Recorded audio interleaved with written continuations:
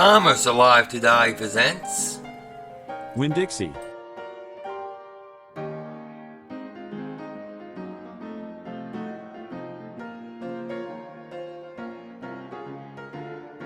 Winn-Dixie's founder, William M. Davis, was the owner of an old-fashioned charge and deliver general store in Idaho before World War I. The advent of self-serve, cash-and-carry chain stores after the war drove many old-fashioned independent grocers out of business. Davis, however, saw the potential of this new kind of grocery store.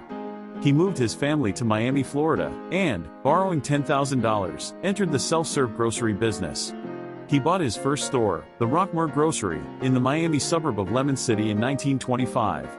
Davis, his wife, and their 4 sons ran the store. The Davis family has provided the leadership for Winn-Dixie ever since. In the early years, Davis found it difficult to expand. 3 times he attempted to open a second store and 3 times the store failed. Chain stores had demonstrated their ability to deliver a wider variety of high-quality goods at lower prices than had ever before been possible, but many a tradition-bound consumer preferred the old way of doing business. Independent grocers had local support and political connections, but life could be made rather difficult for a chain store or supermarket operator. After consumers' initial resistance was overcome, however, it was impossible to deny that supermarkets were the wave of the future. By 1927, the Rockmore Grocery had expanded to 5 stores, which were renamed Table Supply Stores that year.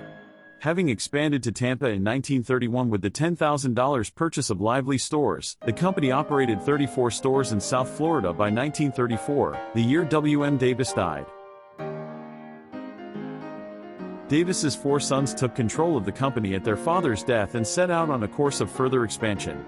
In 1939 they acquired control of the 78 stores of the Winn and Lubbock Grocery Company of Florida and Georgia, and in 1944 the company established its headquarters in Jacksonville, Florida, and officially adopted the Winn and Lubbock name.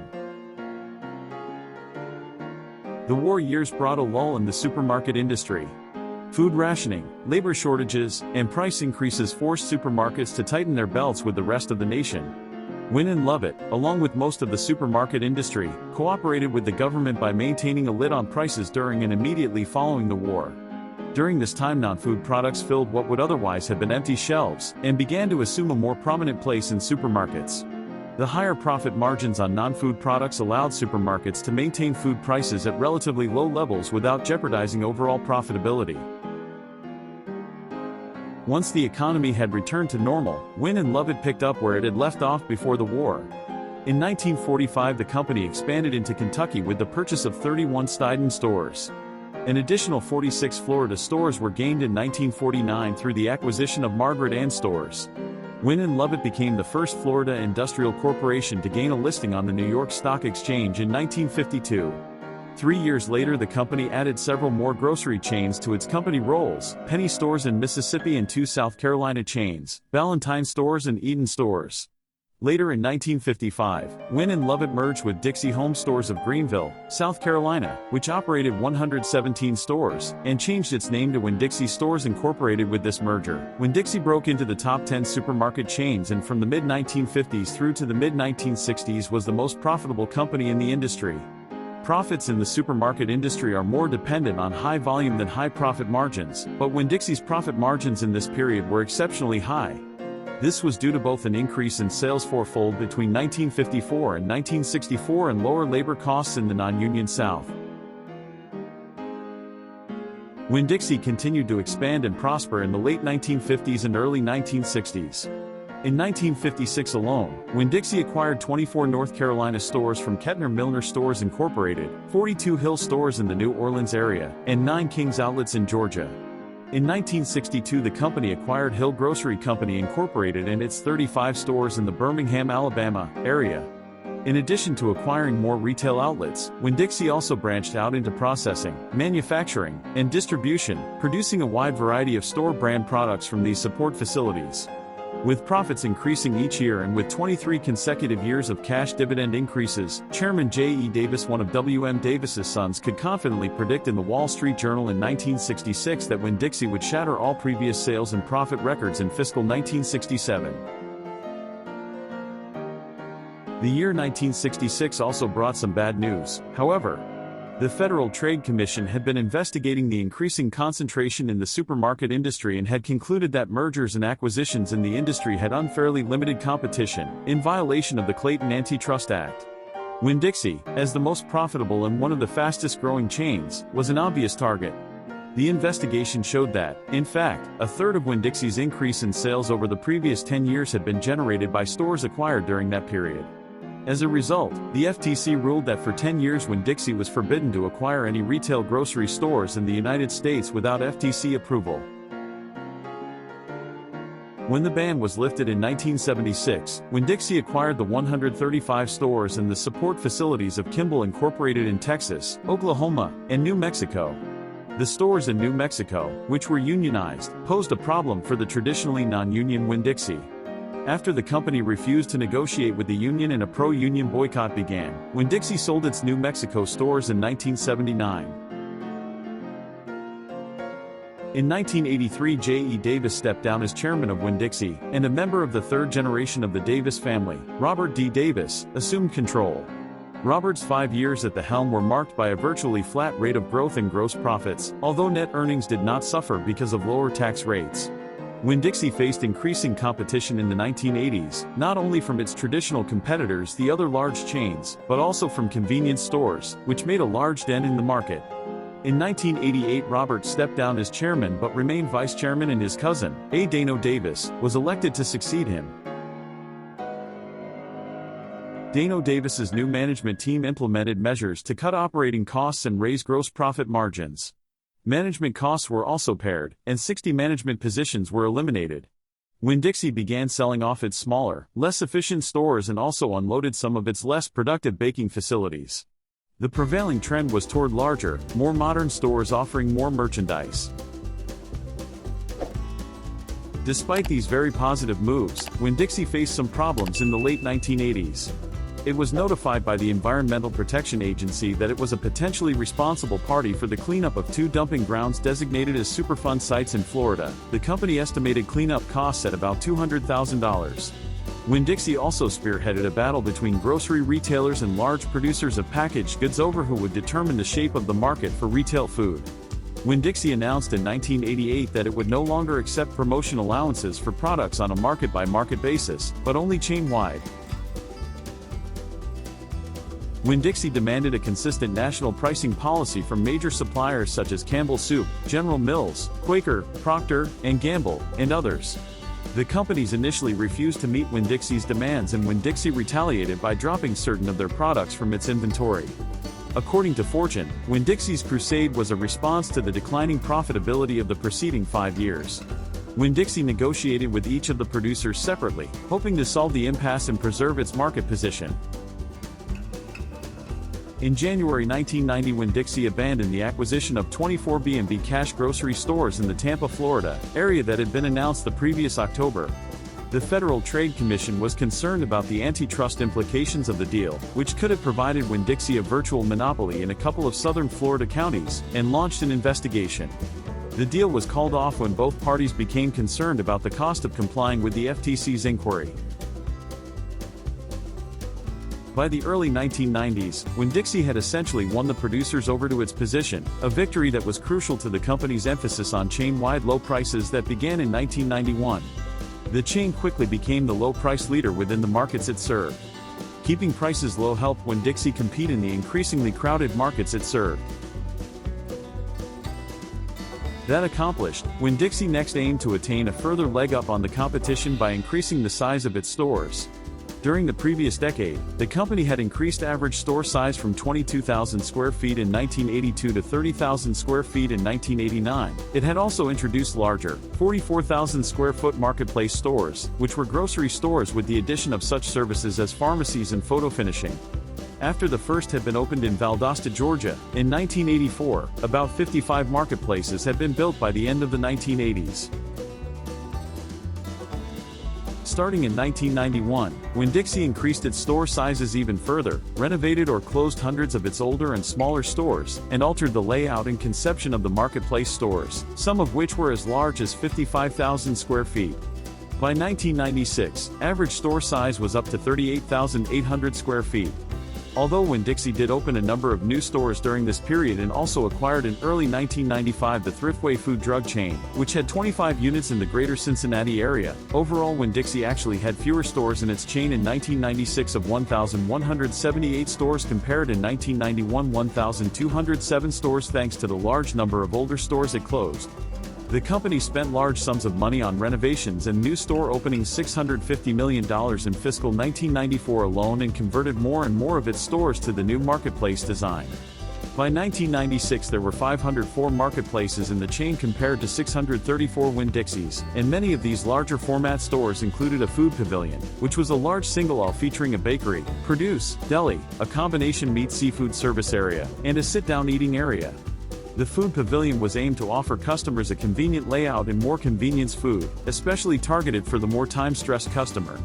Also in 1996, Winn-Dixie began experimenting with self-checkout lanes.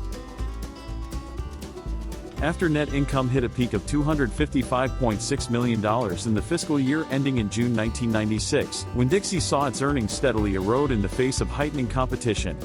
In addition to its traditional rival Publix Supermarkets Incorporated, which was aggressively targeting many of Winn-Dixie's main markets, Winn-Dixie saw two new competitors enter its territory in the late 1980s, Food Lion Incorporated, which expanded into Florida, and Walmart Stores Incorporated, which began a massive move into the grocery trade through its combination discount and grocery outlets that were eventually dubbed supercenters.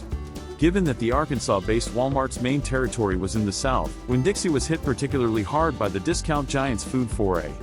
Despite Winn-Dixie's shift to the marketplace format, same-store sales were constantly on the decline in the late 1990s. During fiscal 1999, the company's 52-year streak of increasing its dividends came to an end, and the following year the company's overall revenues fell for the first time in more than 60 years. Further bad news came in mid-1999 when the company reached an agreement to spend $33 million to settle a class-action discrimination lawsuit. The suit was similar to suits filed against other large grocery chains, charging the companies with systematically discriminating against female and African American workers in hiring and promotion. Late in 1999, Dano Davis relinquished his position as chief executive to Alan Rowland, who was named president and CEO, with Davis remaining chairman. The first Winn-Dixie leader ever to be hired from outside the company, Rowland had most recently been president and COO of Smith's Food and Drug Centers Incorporated just a few months later. In April 2000, Winn-Dixie announced a major restructuring involving the shuttering of more than 110 underperforming stores, the slashing of the workforce by 11,000 employees, the closure of paper bag and detergent manufacturing plants, and the consolidation of some division offices and warehouse facilities. The company also centralized its procurement, marketing, and merchandising, and it began a $144 million remodeling program to overhaul about 650 of the remaining 1,000-plus stores.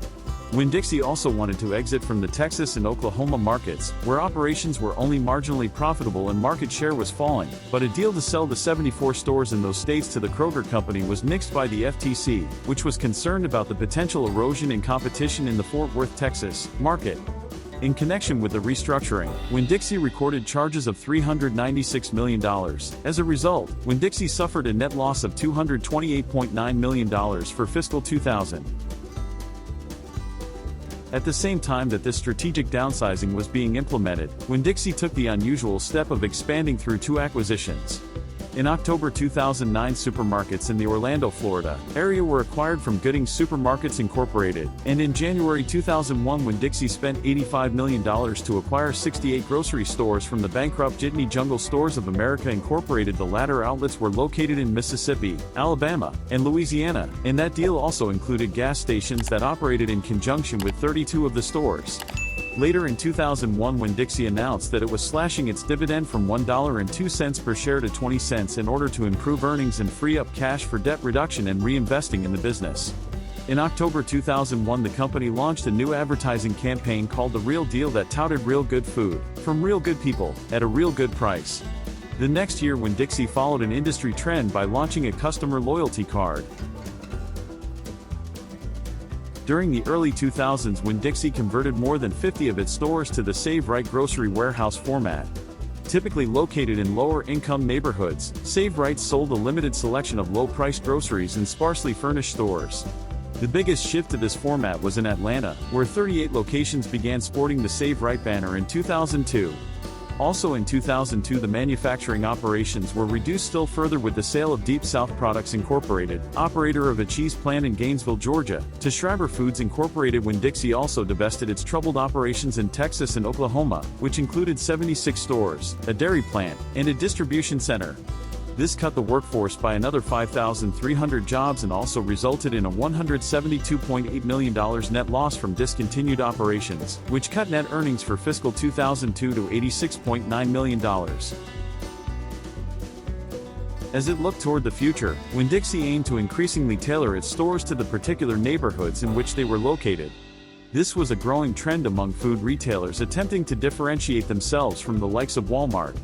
The SaveRite chain was a step in this direction, as were newer more upscale Winn-Dixie outlets serving more affluent communities that included special features, such as sushi bars, full-time wine stewards, and organic food sections. Early in 2003 the company said that it would accelerate its development of new stores, with this neighborhood-focused strategy in mind.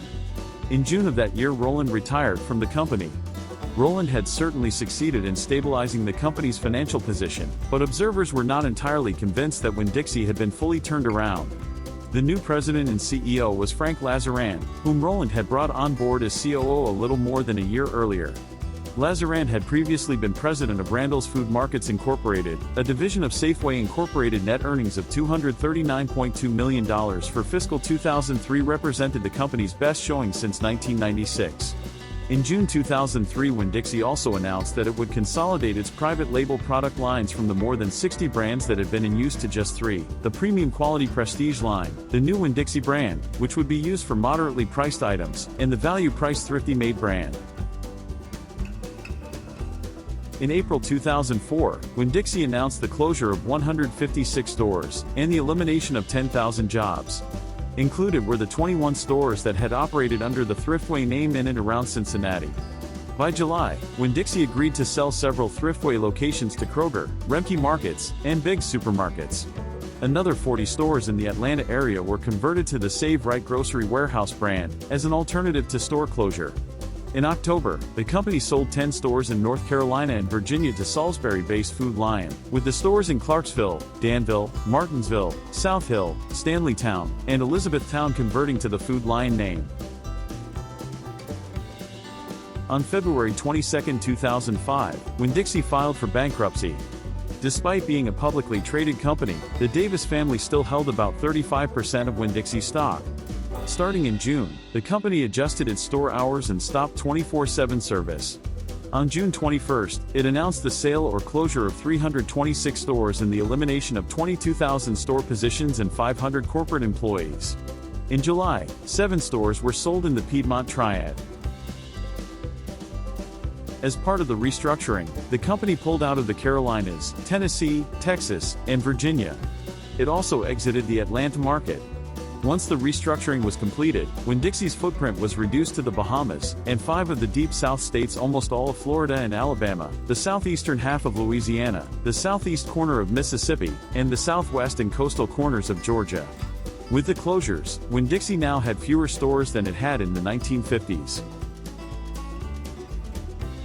On February 28, 2006, it was announced that 35 more stores were to be sold or closed within the coming months, with the Central and South Florida areas being the most affected. On March 31, 2006, it was announced that the chain would sell its 12 Bahamian locations, which had been operated by a wholly owned subsidiary, WD Limited, under the name City Market in Winn-Dixie. On June 29, 2006, Winn-Dixie announced that it had filed a plan of reorganization with the U.S. Bankruptcy Court for the Middle District of Florida.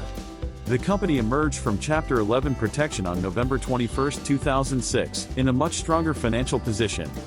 In July 2010, Winn-Dixie closed 30 underperforming stores and cut 120 roles. Winn-Dixie discontinued its use of the name SaveRite in 2011. December 19, 2011, Winn-Dixie agreed to be sold to Belo for $530 million. As part of the deal, Winn-Dixie became a subsidiary of Belo, but its stores would continue to operate under the Winn-Dixie name. The merger was completed in March 2012, making Winn-Dixie a subsidiary of Belo Holdings, ending 6-7 years of Davis family ownership. The combined company operates 750 stores in 7 southeastern states, employing approximately 63,000 team members. The merged company moved its headquarters from Belo's base in Malden, South Carolina to Winn-Dixie's former headquarters in Jacksonville. On October 8, 2013, all remaining Sweet Bay supermarket locations were rebranded as Winn-Dixie following its purchase by Belo. In May 2015, Belo Holdings changed its name to Southeastern Grocers. In May 2017, Southeastern Grocers announced the closing of 8 Winn-Dixie stores as part of a corporate-wide closure of 23 locations along with the elimination of some department lead roles at stores. In July 2017, it was announced that Southeastern Grocers would debut the Harvey's brand in the Central and West Florida markets with the conversion of 7 Winn-Dixie stores. In October 2017, Southeastern announced that 3 more West Florida Winn-Dixie stores would be converted to the Harvey's brand, and an additional 5 South Florida stores would become Fresco y Mas locations in November 2017. On March 15, 2018, Southeastern Grocers announced they would file a plan of reorganization under Chapter 11 by the end of March. According to the company, the restructuring would decrease overall debt levels by over $500 million. Under this plan, 35 Winn-Dixie stores would close, along with an additional 59 stores across the Belo, Harvey's, and Fresco y Mas brands. On March 22, 2018, it was announced that the Orange Beach, Alabama Winn-Dixie location was being sold to Rouse's Markets. On March 28, Southeastern agreed to sell 3 Winn-Dixie stores in Northeast Alabama to wholesaler Mitchell Grocery Corp on behalf of 2 of its current customers, Johnson's Giant Foods and the D'Alessandro Organization LLC, while the Winn-Dixie location in Atmore, Alabama, was being acquired by Ramey's. An additional 3 Belo locations in South Carolina along with 3 Harvey's locations in Georgia would be sold to 3 independent Piggly Wiggly store owners. The deals are in conjunction with the restructuring support agreement revealed by Southeastern Grocers. On March 31, 2018, it was announced that the Andalusia, Alabama Winn-Dixie location's lease and equipment would be purchased by a Piggly Wiggly franchisee. On May 1, an independent Piggly Wiggly operator announced that they would reopen the Montgomery, Alabama Winn-Dixie location that closed as part of the original restructuring plan. The store was subsequently closed in 2020. In May 2018, Southeastern Grocers' restructuring plan was confirmed by a U.S. bankruptcy judge in Delaware. At the end of that month, Southeastern Grocers announced that it had completed its financial restructuring and was emerging from bankruptcy. As part of the restructuring, $522 million in debt was exchanged for equity in Southeastern Grocers, though it was not announced who was receiving the equity shares. Southeastern Grocers exited bankruptcy with 575 stores in 7 states, down from 704 locations. They also announced the planned remodels of 100 stores in 2018. In February 2019, Southeastern Grocers announced plans to close 22 locations in Florida, Georgia, North Carolina, and South Carolina. This round of closures included 7 Winn-Dixie locations. In 2020, Southeast Grocers began the Romai Davis Belonging, Inclusion and Diversity Grant with the goal of funding minority supporting organizations. On August 16, 2023, Southeastern Grocers entered into an agreement to sell 400 Winn-Dixie and Harvey's supermarket stores to German supermarket chain Aldi Süd. Stores will either remain open under the Winn-Dixie or Harvey's brand or convert to the Aldi Süd format. The 28 Fresco y Mas stores and 4 standalone pharmacies were not part of the agreement with Aldi and will be operated by Fresco Retail Group, LLC. In March 2024, it was reported that Aldi completed the purchase of Winn-Dixie's parent company. On February 7, 2025, Aldi sold the company with the inclusion of 170 Winn-Dixie stores of the approximately 400 stores and 170 of its liquor stores to a private consortium of investors that includes C&S Wholesale Grocers. Aldi will run its 220 acquired stores from the sale through its licensing with the company until the last location is converted to its format by 2027. We're working hard every day, taking pride in what we do. Yes, I treat all my customers as individuals, one by one by one. Winn-Dixie! Winn-Dixie! Low prices! That's our promise, that's our win!